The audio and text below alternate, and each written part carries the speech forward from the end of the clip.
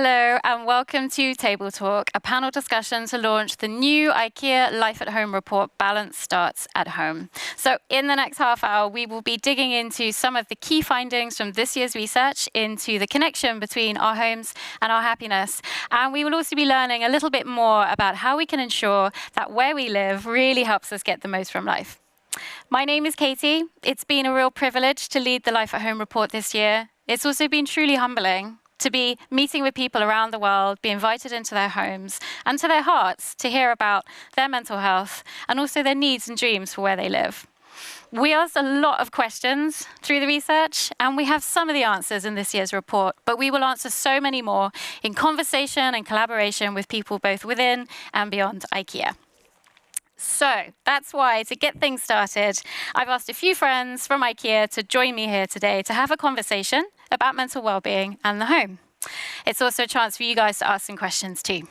But before we get to that, I'd like to share a video, and this features some of the remarkable people we met through the research, and they really helped us understand that powerful connection between our homes and our mental health. Let's check it out.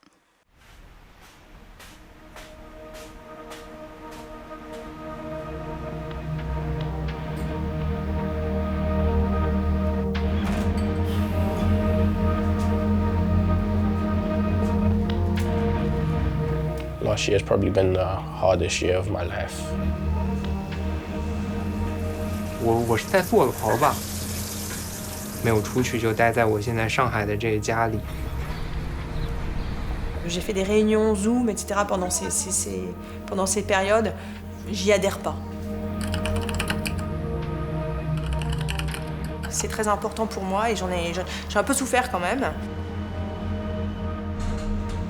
All the football stopped, so we stopped seeing everyone. You don't realize how much you take things for granted, but the best thing you can have is people around you that care for you. Yeah. Being able to just talk to my family whenever, wherever, has really, I think, brought us closer. Look, I have Kiki. We've unlocked a whole new way to engage with each other. I cook with my wife. It's a good way of bonding. We play board games, we dance. I feel like this is my place to be here.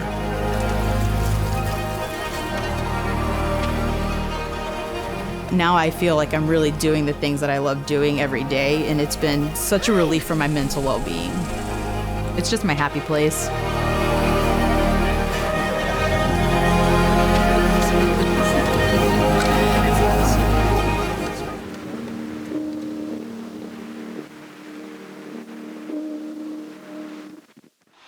Welcome back. I'm here in the studio with some friends. So welcome Maria Jensen, Stefan van Overbeker, and I also have some friends joining us virtually as well. So welcome Michelle Ogundahin, Marcus Engman, and Lemia Osman. All of you come with remarkable experience about the topics connected to this year's research, so I'm really interested in getting into a conversation.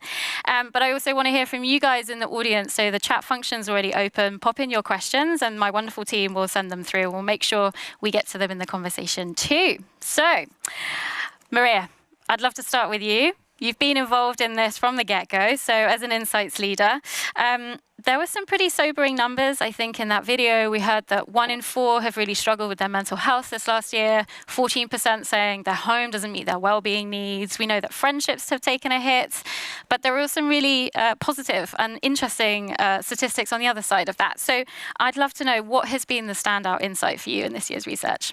Well, for me, the standout insight is really how closely interlinked well-being is with the home. So when we started to talk about the home, just naturally people talked about well-being. And it's not a surprise, really, because of the uncertainty that has been going around them and not really having control over anything. The home has become that place where they can have control. And we're seeing it in some of the numbers as well. So when you have a better experience of your home, you also have a better mental health as well. So we see that correlation. And it's really interesting also to see how the kind of emotional needs that we previously looked at around the home have also increased in importance when you connect it to the home experience. So this is all fascinating stuff for us. Michelle, I want to come straight to you because this is a topic you have been working with for years and you have a book out as well about exactly this topic. So, we know that a lot of people are saying their homes don't meet their well-being needs. What is it from your experience? What's really stopping people from getting what they need at home? Thank you. I found that video that we just watched together incredibly moving. I mean, it made me feel quite tearful, because I think for so long, for so many people, home was just this place that you raced out of in the morning and then collapsed back into at night. And what we've seen now is a real understanding that home really is the third pillar of well-being. I mean, as far as I'm concerned, your environment is as important to you as good nutrition and exercise, but we just didn't see that before. And I think maybe the issue was that many people felt that for home to be right, they had to subscribe to trends, they had to have must-have things, they had to kind of read all the magazines.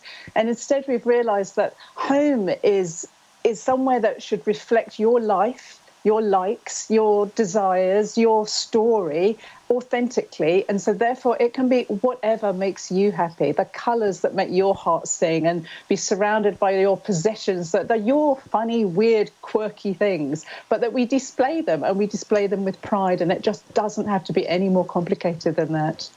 So it's something that feels so instinctive, I think, doesn't it? This connection between home and mental well-being. But Marcus, if I could come to you, because I think people will really know us for being, let's be honest, a flat pack furniture provider. Do you think it's going to surprise people that we're talking about mental health? Well, let's hope not. It would be sad if that would be the case.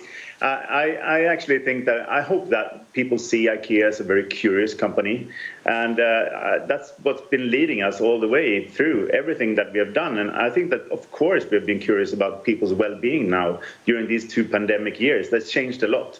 Changed a lot for us working for IKEA, but also for people at home. So I don't see this coming as a big surprise to people that we are into this. Yeah. So we're a curious company. We're a curious retailer, Stefan. So given that you sit with our retail operations, I'd love to hear just how does it work for you? We get these Life at Home insights. How does it help shape our retail experience, the shopping experience for customers? Yeah. So we want, of course, the home to look beautiful, but also to work for our customers. And therefore, the insights and a deep understanding of the life at home is super important, both on what is generic and what is specific on each market. Let me give you 2 examples. For example, if you love to cook, then we help you to organize your kitchen. And we know that it's about preparing, cooking, washing, storing. So we take care that we share with you the knowledge on how to build your kitchen in the best possible way. So it is beautiful, but also functional. Then we are a retailer which is present on many markets, but we also know that life at home is very local. To give you one example, the average size of a home in America is much bigger than, for example, Eastern Europe, where we talk about 3 generations living in a 40 square meter flat. So what we like to do is, with the knowledge we have, to cater for solutions that are also working in your specific country or cultural dimensions. Yeah. And interesting you mentioned the US there. So Lemja, you come from us from the US this morning. I know it's early for you, so thank you. But as a home furnishing leader, obviously you're very in tune with sort of consumer trends around interior design. So what are you seeing already in terms of sort of consumer behavior, maybe shopping behavior, the things that people are asking for when they come to the store that they're responding to, that mirrors what we're seeing about mental well-being? What we've seen that people actually during this pandemic got to know their home better, and then they created this relation. There's a relationship that happened between them and their home, and one of the key things, or one of the key findings, is they saw that there is a big gap when it comes to storage. At this time of the pandemic, what was very clear that the house was required to do so many things in so much space. So it was really clear that they were looking to sort of organize it, zone it, make it work for every activity or all the extra activities they were meant to have at home. But we've seen that organizing was big. People were really trying to look at solutions to organize themselves. They were looking for solutions to help them clean better the home. So, I think the main thing is that I felt that their relationship with home has really changed, and they are getting to know each other in a different level. Let's put it that way. Yeah, exactly. Relationships in the home and also the relationship with the home. So Michelle, back to you if I could, because I feel like of all the people, you know, we would be talking through today, you would have such a profound relationship with your home and the space that you use, obviously. But I am interested, if I can ask you a personal question, what did you struggle with in the last 12 months? Like, how did you make sure that you could maintain balance where you lived? It's a great question. I can answer it completely honestly. I mean, I was slightly ahead of the game in terms of my home absolutely was my happy inside place. But the one practical thing that I needed to do was to put a door on my office because I'm usually home alone when I'm working. And I didn't consciously realize that I need silence to work. Complete silence, no radio, no nothing gone in the background. And as the 2 minutes after the schools all shut, it became very clear that I was not going to be able to get a single thing done with kind of my child at home. So a door went on the office, but it's a beautiful door that's got like glass panels in it. So I kept that connection so he could still push his little face up against the window and see me. And then the other thing, which was the other side of kind of celebrating my home, was I actually moved my son from his nursery bedroom to a new bedroom. And part of that was I actually bought from IKEA, absolutely genuinely, one of your loft beds. And together we kind of completely customized it. You know, he chose paint together, we put wallpaper on it, and we just made this like kind of glorious, it was almost like a love story for him and his new room as we were going to be spending so much time together. So on one side, absolute practical, I needed silence. On the other, it was like, actually, let's just have some fun with your bedroom now that you're a bit bigger.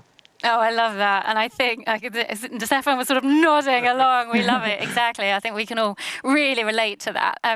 So Stefan, just actually then, you know, hearing exactly that very kind of personal response to like how our products help people. When you think about the opportunity areas that you're most excited by, when you think about the role that IKEA can play, what is it that you think we can really do here when it comes to mental well-being in particular? Yeah, one of our priorities is to help support people to live a more sustainable and healthy life at home. And of course, mental health is a fundamental part of that.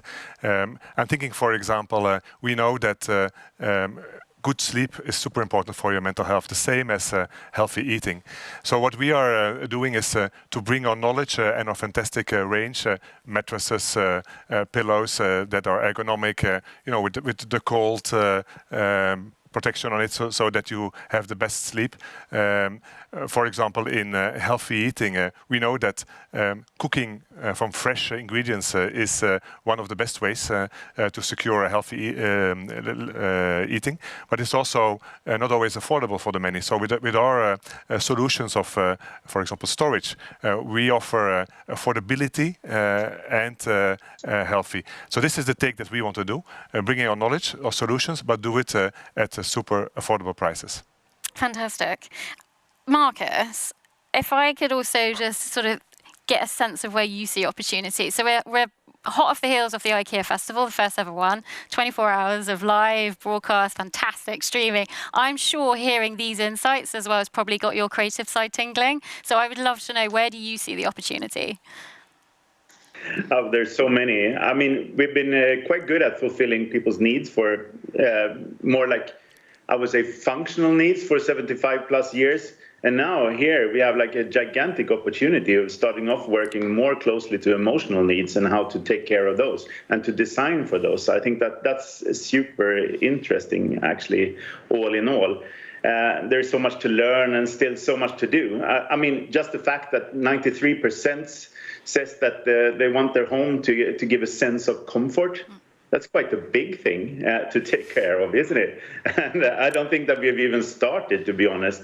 So that's one thing. And then maybe to Stefan's point also, and a little bit, I think it's maybe to rephrase what we do a bit. And that's what we tried to do also with the festival. We have been talking about mattresses and beds and products. Maybe it's about sleeping instead of mattresses. It's about solutions for sleeping that we should talk about and solve for people. Then from time to time, that's a mattress. For others, there's something else that make you sleep better. So I think that makes me think about how we could take on the future in a slightly different way to be more relevant. I love that. The sort of, the rephrasing, the reterming, the recategorization maybe of what we do a little bit. And Lemia, because I know we had a chat about this to really start to think about that and the role of interior design. And I just wondered sort of what excites you when you think about the role of interior design or interior designers when we can think about what we can do to address mental well-being at home. I think as interior designer, we help people to understand what exactly they're looking for. Sometimes it is people really sometimes get overwhelmed.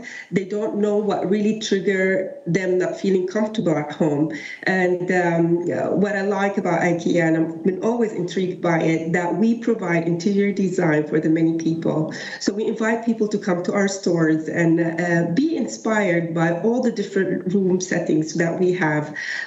They cater for different wallets because sometimes, again, you don't really know what is really causing you not to be comfortable at home. And I think giving the opportunity to experience all these rooms and just be able to be there can really help to identify what really causing you not to be so comfortable there. And as interior designer, I think we really nail it very well because we really talk to the people and try to create it through our with our expertise, but with the knowledge of the people.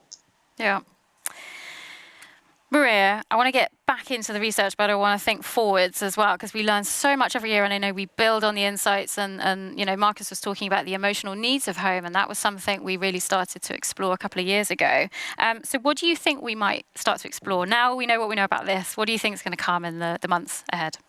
So emotional needs, super interesting. And I think what we really are excited to explore as people within the insight function is how this will change now that things are opening up. What activities will remain in the home? What things will move outside of the home? How will those emotional needs adjust and adapt? And then secondly, actually coming to your point, Stefan, the resilient home. So we saw that there was a mindset shift towards much more adaptive living and having this living that adjusted to, for example, climate change risks. We see flooding around in different countries. So what does that mean for a home to truly be resilient to these shifts? Because we saw that people living in places like, for example, Texas with the big freeze that we interviewed, they had already adjusted some of their living situations according to this. So how can we help these people in really adjusting to this climate reality that we might be living in? And actually, so we've got some wonderful questions coming through on the chat, and I want to pick up on this one because it kind of responds to what you're talking about. So someone was asking, you know, how might our research or how might what we do show the connection between sustainability and people's mental well-being at home? So how do we think about that total picture? And I know it's something we're really exploring through the research, but I think, Stefan, you might also have some thoughts about how we connect those through our sort of retail offer as well. So maybe, Maria, you talk a little bit about the research. Definitely, and I think it's going back to what I just mentioned, this whole move from a much more adaptive living. So the pandemic made us think that we needed to adjust and adapt more, and I think this is something increasingly that will be important. And we're also seeing that a lot of people are looking for greener homes. They're looking for more sustainable homes. It's really about how can we support that? Yeah. So Stefan, just to build on that then, how do we as a kind of retailer make sure that we're making that clear connection between, you know, what's good for the planet is also what's good for us? Yeah, and I think it's a lot about explaining to our many consumers the benefits of the products that we have. I give you one example. We have an air filtering curtain, which is perfect when you live in, let's say, an area which is more suffering from air pollution. So this allows you to have a better quality air into your home. So it filters the air, so it's good for your health, and it's an answer to some of the climate challenges we have. Fantastic. Yeah. Michelle, I know that you are big on toxins in the home and making sure that the air around you is clean. So I think that will be music to your ears. But I'd also love to hear, I mean, obviously reflections on that. But I know that you look at sort of trends reporting and what's coming ahead. How do you think the interior design sector is going to respond to what we're hearing? So the sort of next 5 years of interior design, how do you think it will respond to this need to think more about mental well-being at home?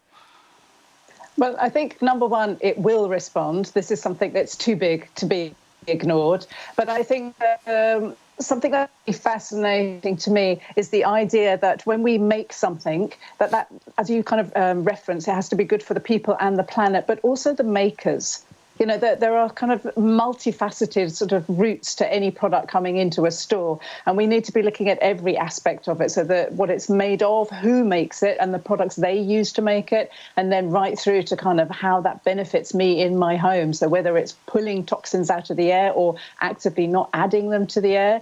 But I think also in terms of a bigger trend that we'll be seeing reflected, it's actually encouraging people to have the courage of their own convictions, to pursue a kind of an authenticity in their homes, if you like. Because one of the biggest things we saw is that when people had to accommodate working from home in their home, it caused this awful kind of friction. And yet what we do, our work, what we do when we're not at home ordinarily, is a huge part of who we are. So in many ways, it's been an opportunity for people to more truthfully align their homes with who they are completely holistically in the full picture of themselves. And I think that can only be a good thing. Yeah, fantastic. I want to kind of go outside the four walls as well. And I think, Marcus, I'd love to have your thoughts here because, you know, we know that life at home exists beyond four walls. And I think we're really now starting to think about neighborhoods. And we saw in the research as well, the really important contribution of people feeling connected to community during the pandemic. And I know you're working on some really exciting things with neighborhoods too, Marcus. So why would we, again, you know, a furniture provider, what is it about neighborhoods that's so compelling for us, do you think? No, but I think if we want to solve the problems of the future, we need to think bigger than just the homes, because people don't see the home as just actually their apartment or their house nowadays. So the home, parts of the home is their neighborhood. So the living room could just as well be the cafe down the road. And I think then we need to look upon it that way too and see how we could cater for those solutions. And then I think it's about the community feeling, that it's more and more important actually to feel part of a community. It gives you strength, it gives you a better mental well-being to be part of a community, and the community is actually a bigger thing than just your family. It starts there. So I think that we could do a lot there. And we've been, I mean, most people know that we've been working with home visits for a long time, which I think is one of the best ways of getting to know people for real, actually, and to come into real conversations with people and, you know, maybe even follow how people live there. Once when I was working with product development, we actually I lived with a family for a whole week just to get to know how they use their bathroom. That was kind of interesting, but it was also like scary. I hope you were a good house guest. So I think that there's a lot to do there, and we're onto this also. And when talking about work, I mean, having a job which you like to go to and that are meaningful is also part of this. So how we could engage in communities and maybe into job making into communities, I see a gigantic opportunity for IKEA in the future, together with people. Yeah. And maybe to build on that, I think also in the way that we are selling, we are understanding and also changing the way that we are selling, understanding that the neighborhoods are super important. And for example, the city stores that we are having launched since a couple of years, or the planning studios, are some of the examples where we are much closer where the people live and not only being physically there, but also having an important role for the neighborhood. Taking our social responsibility and creating a bond so that we are not only a home furnishing retailer, but also a place where people can meet and develop and enjoy themselves. Brilliant. Loads more questions coming through on the chat. Lemia, I think this one is perfect for you. So someone's saying, you know, people don't always know what they don't know. And I know that was certainly my problem a couple of years ago before I had the benefit of sitting with this enormous amount of research. And they might be quite frustrated. So how do we help people? Let's take it to step one. What do we do? What's the first thing that someone can do? They know they're not feeling great about where they live. What would you say if they came into the store and wanted to have a chat with you?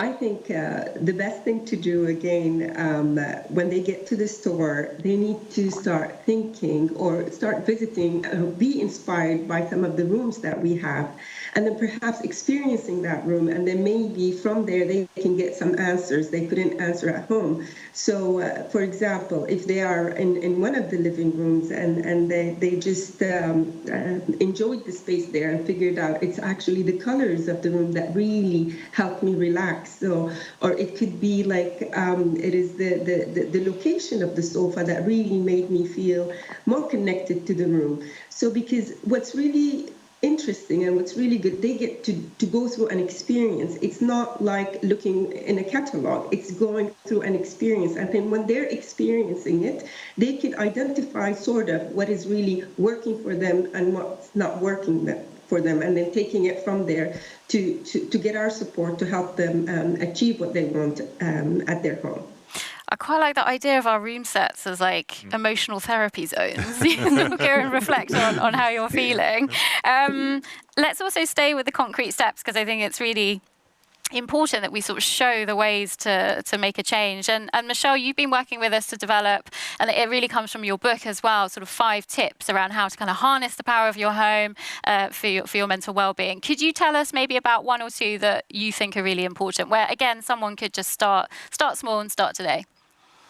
Absolutely. I mean, one, I must just echo that my love for your room sets too, because they are kind of just, they transport you into kind of possibilities. And so in line with that, I think I also love the word that Marcus used about your company, curious. I think we all need to be more curious about what we like and what we don't like, and to accept that and to know that that's okay, that if you love murky colours, then that's your thing and that's brilliant. If you love really bright colours, then that's your thing and that's brilliant. But to kind of to honour that.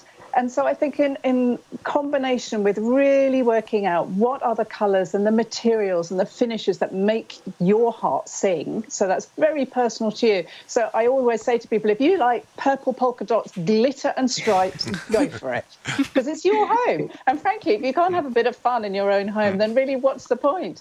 And then in line with that, it's also then, if that is your thing, get rid of all the safe stuff. Get rid of all the stuff that you look at and you bought it because you were supposed to have it, or you thought it was the right thing to get, because those are what I call these like silent saboteurs. It's the gift that we didn't really want, or the jug that dribbles, or that pair of pajamas that you put on, but actually you'd be so embarrassed if you had to answer the door wearing them. All of those things, they chip away at your mental well-being, and we think they're not important, but they are so important. So Marcus, hearing everything that Michelle said, how do we make sure that all of this becomes part of a conversation and it's not just sort of communication from us as a brand? How do we make sure we're actually in conversation with people around this? I think it's actually about being true to what IKEA should be, and that is about doing and trying, not talking so much, not about marketing at all, but actually doing stuff. It's about collaborating and having a healthy dialogue with people, and not shying away also. Then for me, I actually worked a lot of years as an interior decorator once upon a time. I think that one of the things also is not shying away, both in dialogues and in home furnishings, then from friction. Because to me, still, friction is the only way to create energy.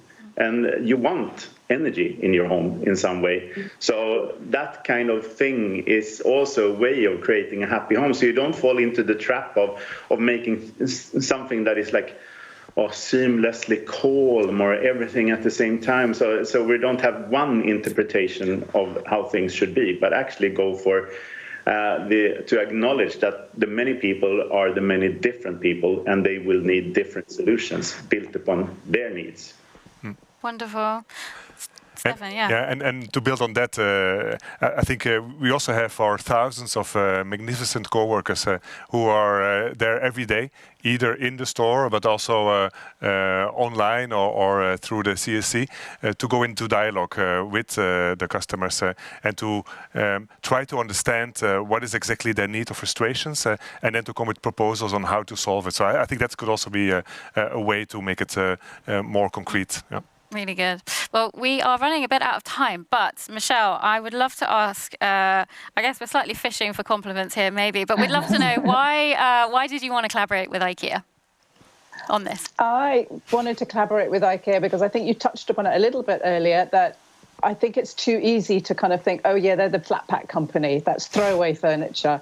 It's not. I think you create this wonderful infrastructure for people to develop their own taste, their own style, but at an affordable thing. You're affordable, you're accessible, all of those wonderful things. But most of all, I absolutely admire that a company with your might and your reach has made an absolute commitment to only be a completely circular business by 2030 with fully recyclable and renewable materials for all your products. I just think that's absolutely laudable. You're putting your whole business behind your beliefs. Wonderful, thank you. As I said, slightly fishing for compliments, but it's lovely to hear what's so exciting about us for you. I think, I'm hearing that we can take a couple more questions. So I would love to know, Stefan, just again, because I love to hear people's personal experiences in the last year. And, we do sit with so much expertise. I think people think, we must know what to do. What's been the biggest learning for you this last year? Yeah, I guess it's about the different needs that and a lot of new needs that you need to cater for at home.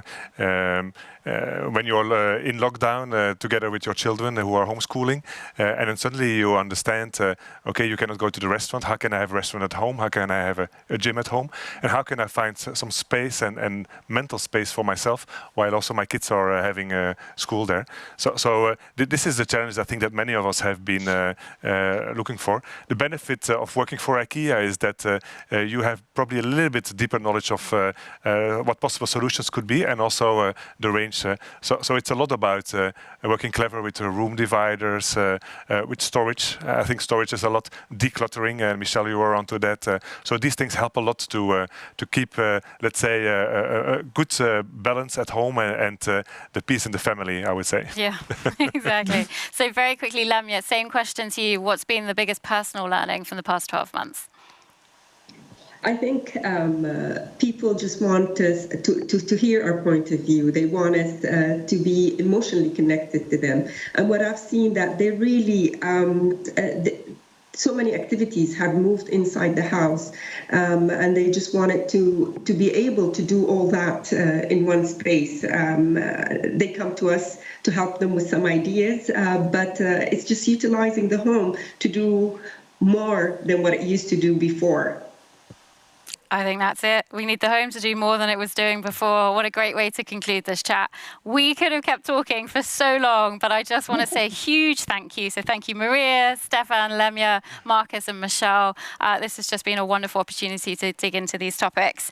Thank you to everyone who asked questions as well. So that's really it. Of course, now you can head to the report. It's online, and you should see the URL on your screen. There you can check out all the findings. We've also got practical tips. We've got online masterclasses as well. So plenty to get you started, as well as all the tips and hints we've had from our panelists today. And we'd love to hear from you. So make sure that you share on social using the hashtag #BetterHomeBalance as well. So a huge thank you to the team. Thank you to absolutely everyone who helped bring the report to life this year. And that just leaves really a goodbye from me. So thank you very much. And I look forward to continuing this conversation about how we can all have a better and more balanced life at home. Thank you. Bye.